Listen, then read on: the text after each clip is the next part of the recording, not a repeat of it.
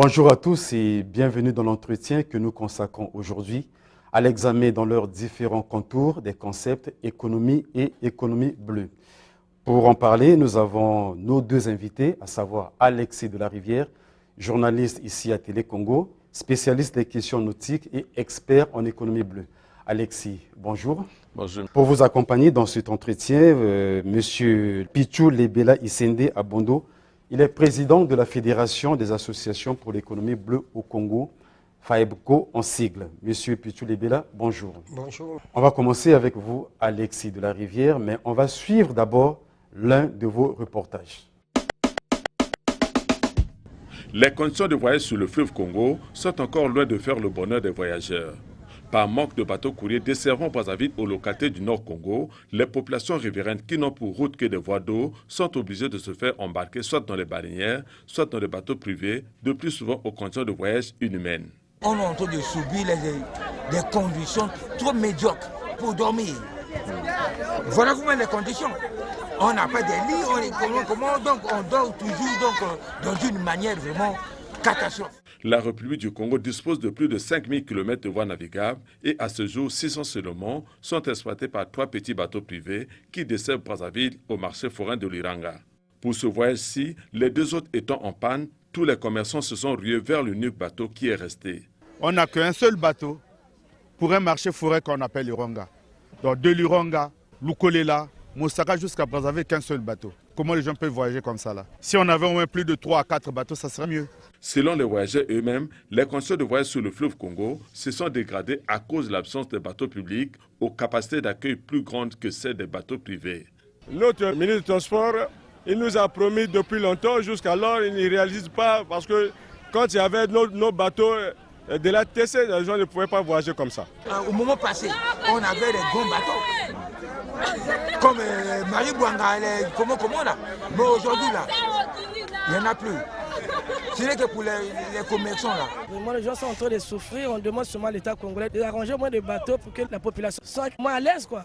L'amélioration des conditions de voyage sur l'espace fluvial congolais passe impérativement par la réhabilitation des bateaux courriers de l'ex-ATC. Sans quoi, les riverains voyageront toujours dans des conditions inadaptées aux réalités du XXIe siècle. Alexis de la Rivière, on vient de suivre l'un de vos reportages sur les conditions de voyage sur le fleuve Congo. C'est quoi l'économie bleue?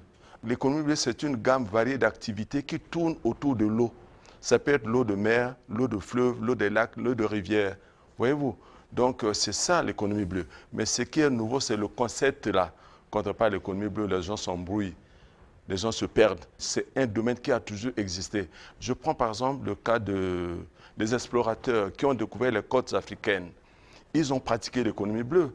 Comment? Parce qu'ils sont arrivés ici par la voie d'eau. Diego Cao n'est pas arrivé ici par la voie aérienne. Pierre Savognan n'est pas parti du Sénégal jusqu'au Congo par la voie aérienne. Henri Morton, ce n'est pas la voie aérienne. Ils ont utilisé des navires. Voyez-vous? C'est ça l'économie bleue comme telle. Mais ce qui est nouveau, c'est le concept économie bleue qui est nouveau. Sinon, le domaine de l'économie bleue comme telle a toujours existé.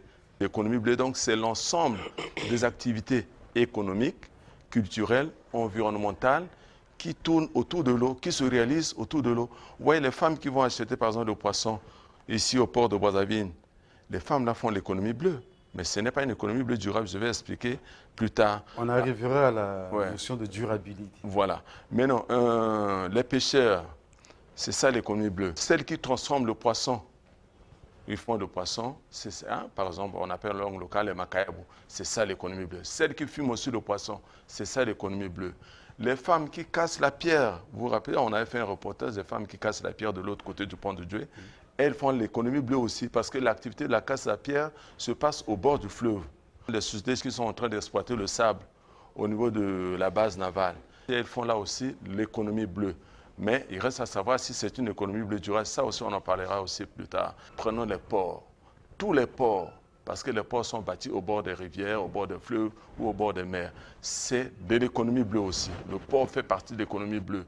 Les jeunes, les gens qui travaillent au niveau des ports, dans les sites portuaires, les dockers, les commerçants, tout le monde qui évolue dans le domaine, ils sont dans le domaine de l'économie bleue. Voyez-vous, les canotiers ici à Brazzaville, les gens qui font la traversée le Brazzaville et Kinshasa, par canot rapide, ils sont dans le domaine de l'économie bleue. Les armateurs de transport fluviaux sont dans le domaine de l'économie bleue. Ceux qui font le tourisme et le jet ski et autres, ils sont dans le domaine de l'économie bleue. On voit très souvent ici parler de sites touristiques, par exemple de Ngabé. Mais les gens ignorent que ça, c'est une activité de l'économie bleue. Parce que le site là est bâti au bord du fleuve. Et pour s'y rendre, on prend quoi? Le bateau, on prend les canots rapides, on prend les jet skis. C'est ça le tourisme aussi. Mais c'est un tourisme bleu. Voyez-vous? C'est un tourisme bleu. Pourquoi? Parce que ça se passe au bord du fleuve, ça se passe autour de l'eau. Donc l'économie bleue, c'est tout ça là. Ce sont des activités culturelles, sociales, traditionnelles qui se passent sur, par exemple, les barrages hydroélectriques. C'est ça aussi l'économie bleue. Alors, à côté de l'économie bleue, il y a aussi les sociétés bleues. On parle des sociétés bleues, par exemple, les sociétés qui utilisent l'eau pour fabriquer leurs produits. Par exemple, les brasseries. L'eau, c'est leur élément fondamental. Toutes les brasseries font partie de l'économie bleue. La LC2 vend de l'eau. C'est ça, les entreprises bleues. Mais les brasseries n'utilisent pas l'eau du fleuve, ils utilisent l'eau du robinet. Mais c'est toujours, que ce soit l'eau du fleuve, que ce soit les eaux souterraines, c'est toujours de l'eau. C'est toujours l'économie bleue. Voyez-vous? C'est toujours l'économie. Mais il faut savoir que l'économie bleue a deux volets. Il y a le volet dont je viens de parler. Il y a le deuxième volet de l'économie bleue, c'est quoi? C'est une économie bleue circulaire, l'économie circulaire. Pourquoi? Parce que, d'accord. On arrivera dans tous ces détails, peut-être un complément dans la définition que vient de donner Alexis de la Rivière, président Pichou Lebena. L'économie bleue va un peu plus loin avec l'artisanat bleu. C'est ce que les gens ignorent aujourd'hui. Et si vous voyez l'artisanat bleu, c'est beaucoup plus les artisans qui sont là à la fabrication, par exemple, des nasses. Vous voyez, quand il y a des saisons de pêche, il y a des artisans qui sont spécialisés à fabriquer les nasses, question de récupérer le poisson. Ces artisans-là sont des artisans bleus.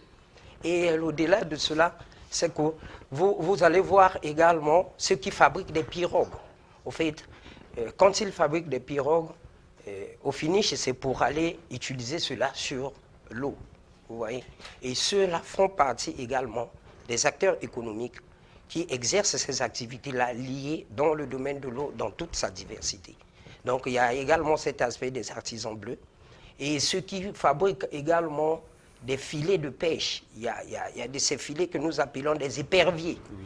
Les tisserands de ces éperviers-là, ce sont des artisans qui développent au fait l'artisanat bleu. Donc on doit comprendre ce concept-là dans toute sa dimension pour que, quand il est question de parler économie bleue en général, qu'on puisse intégrer tous ces éléments-là. Alexis de la Rivière, quels sont les différents secteurs de l'économie bleue qu'on peut énumérer? Il y a la pêche, il y a l'aquaculture, il y a le commerce, il y a le tourisme, il y a le transport maritime comme fluvial, la pêche maritime comme fluviale, il y a aussi le barrage hydroélectrique. Tout ça, ça fait partie des activités. Il y a les ports. N'oublions pas les ports. Les ports font partie de l'économie bleue. Le commerce international est assis sur l'économie bleue. Sur l'économie bleue. Pourquoi? Parce que les conteneurs partent de l'Europe pour l'Afrique.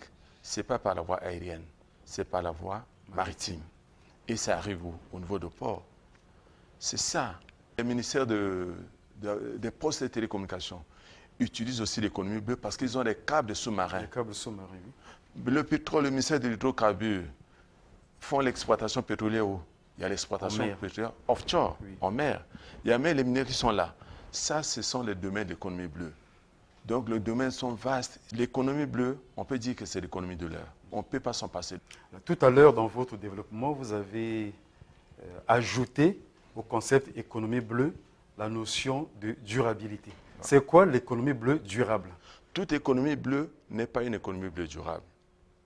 L'économie bleue durable obéit aux principes. Oui, voyez-vous? Alors, je disais tantôt que nos parents ont pratiqué la pêche. Mais c'était quel genre de pêche? Et jusqu'alors, les gens pratiquent la pêche. Est-ce que c'est une pêche durable? Non. Pourquoi? Parce que l'économie bleue durable voudrait que l'on protège l'environnement, que l'on protège l'écosystème. Quand vous pêchez, vous détruisez les roseaux. Ce qu'on appelle en lingala nduka pressé. On détruit tous les les lieux d'habitation de poissons, juste pour capturer. Vous consommez tout aujourd'hui. Vous oubliez les générations à venir. Ça, ce n'est pas une économie bleue durable.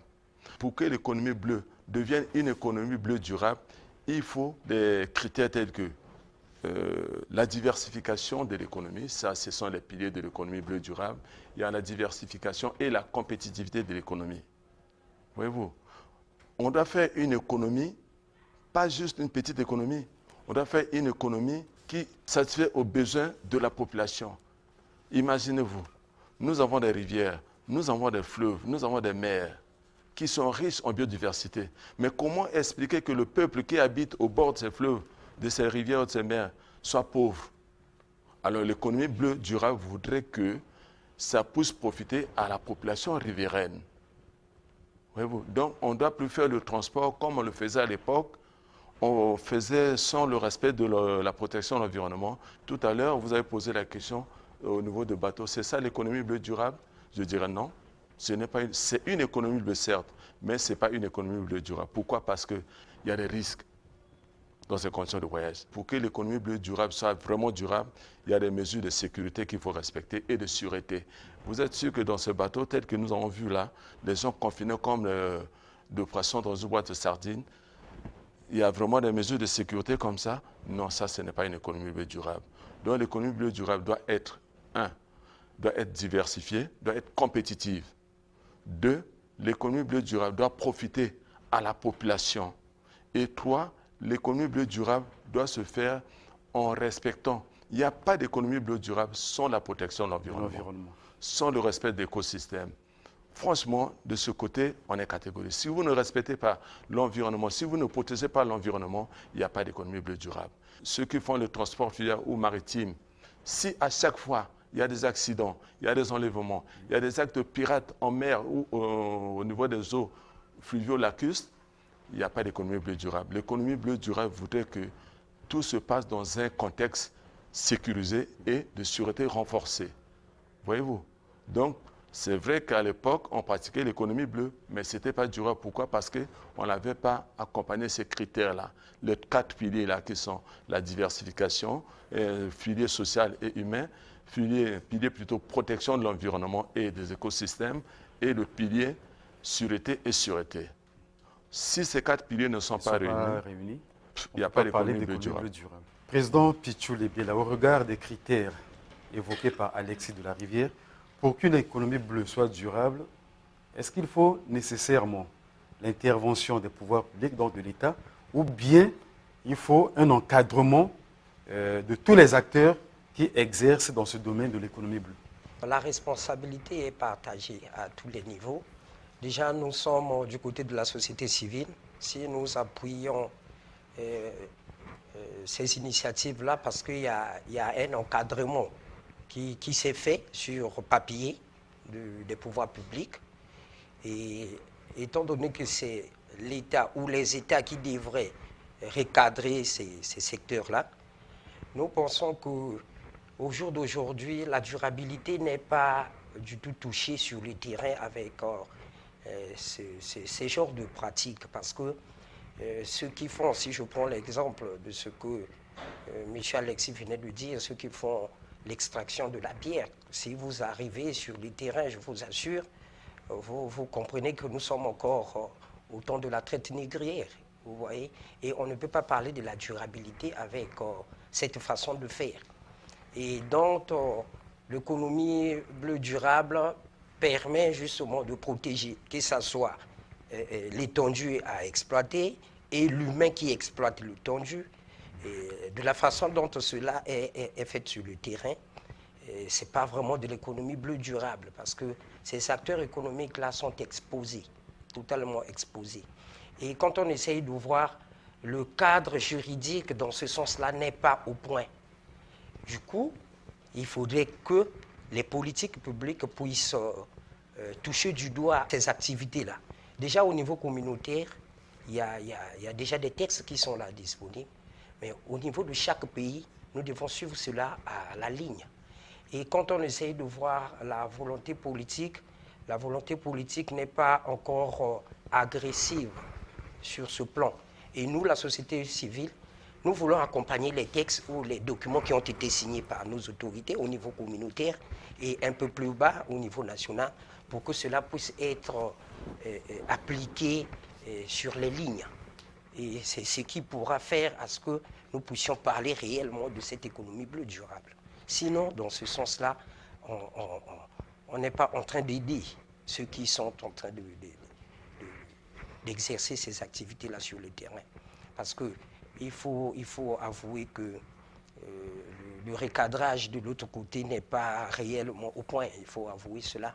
Parce que de temps en temps, quand nous sommes en contact avec ces acteurs économiques-là, et les réponses que nous ramassons à leur niveau, il est question que nous puissions beaucoup parler pour que nous puissions attirer l'attention de ceux qui sont appelés à réglementer ce secteur. C'est vrai que les mines sont là, puisque en fait, l'économie bleue, tel qu'on venait de dire ici, l'économie bleue prend en compte plusieurs ministères sectoriels pour ce qui concerne. C'est un domaine transversal. Un domaine transversal. Déjà, pour ce cas échéant de l'exploitation de la pierre, il doit falloir à ce qu'il y ait un peu de la rigueur dans ce sens-là, pour ne pas qu'il y ait des abus, qu'on expose nos paisibles citoyens, acteurs de cette économie-là qui exploitent la pierre chez nous au Congo. Alexis de la Rivière, le président Pichu Lebila tout à l'heure a évoqué la réglementation au niveau communautaire. Les chefs d'État et de gouvernement de la communauté économique des États de l'Afrique centrale, CEAC, ont signé le 25 février dernier à Kinshasa, en République démocratique du Congo, un protocole relatif à la stratégie de développement de l'économie bleue durable dans la sous-région. Est-ce qu'on peut connaître les grandes lignes de ce document? C'est un protocole axé sur 5 axes. Ça veut dire quoi?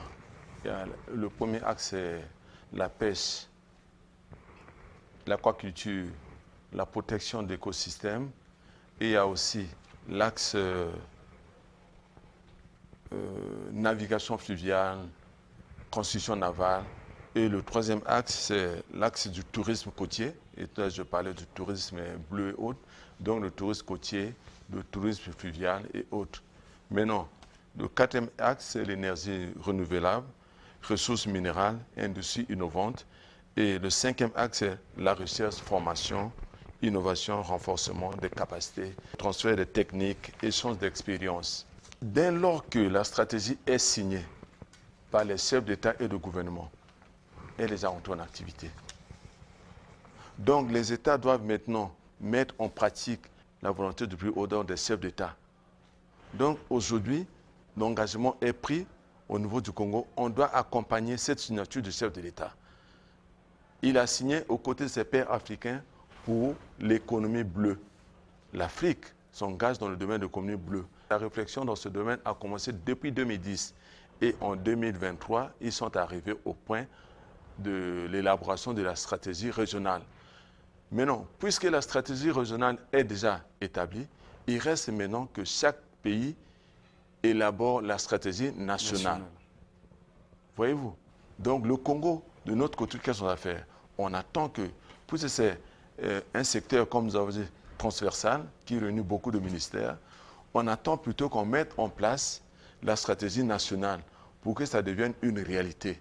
C'est le combat que nous menons au niveau de la société civile. Faire comprendre, parce que les gens confondent l'économie bleue au fond bleu.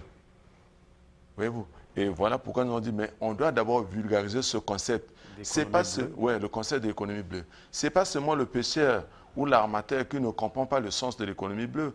Même des intellectuels ont cette confusion-là. Confusion entre le fonds bleu, le mécanisme de financement de la Commission climat du bassin du Congo et l'économie bleue, qui est l'ensemble des activités économiques, culturelles, environnementales qui se réalisent autour de l'eau. L'économie bleue doit vivre des fonds bleus. Les projets d'économie bleue, je veux dire, doivent recevoir aussi les financements émanant du fonds bleu. Donc, si bien que nous avons dit, il faut d'abord vulgariser ce concept. Si bien que tout dernièrement, nous étions au Parlement